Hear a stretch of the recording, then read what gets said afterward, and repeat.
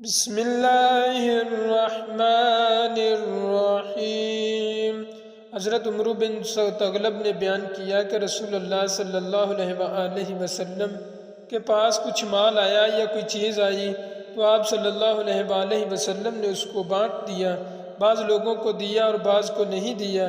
پھر آپ صلی اللہ علیہ وآلہ وسلم کو خبر پہنچی کہ جن لوگوں کو نہیں دیا وہ ناراض ہیں۔ آپ صلی اللہ علیہ وآلہ وسلم نے اللہ کی حمد و ثنا بیان کی، پھر فرمایا اما بعد، اللہ کی قسم ایک شخص کو مال دیتا ہوں اور ایک کو نہیں دیتا، پھر جس کو نہیں دیتا وہ میرے نزدیک ان سے زیادہ محبوب ہے جن کو میں دیتا ہوں۔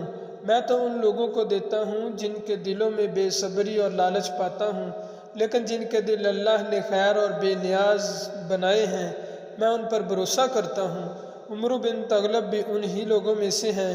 اللہ کی قسم میرے لیے رسول اللہ صلی اللہ تعالی علیہ وآلہ وسلم کا یہ کلمہ سرخ اونٹوں سے بھی زیادہ محبوب ہے۔ حضرت عائشہ رضی اللہ تعالی عنہا سے روایت ہے کہ ایک مرتبہ رسول اللہ صلی اللہ علیہ وآلہ وسلم آدھی رات کو اپنے حجرے سے باہر تشریف لائے۔ آپ صلی اللہ علیہ وآلہ وسلم نے مسجد میں تراویح کی نماز پڑھی، لوگوں نے بھی آپ صلی اللہ علیہ وآلہ وسلم کے ساتھ نماز پڑھی۔ صبح کو لوگوں نے اس کا ذکر کرنا شروع کر دیا تو پہلی رات سے زیادہ لوگ جمع ہوئے اور آپ صلی اللہ علیہ وآلہ وسلم کے ساتھ نماز پڑھی۔ پھر صبح کو لوگوں نے اس کا ذکر کیا تو تیسری رات کو مسجد کے لوگ اور زیادہ اکٹھے ہوئے۔ رسول اللہ صلی اللہ علیہ وآلہ وسلم باہر تشریف لائے اور لوگوں نے آپ صلی اللہ علیہ وآلہ وسلم کے ساتھ نماز پڑھی۔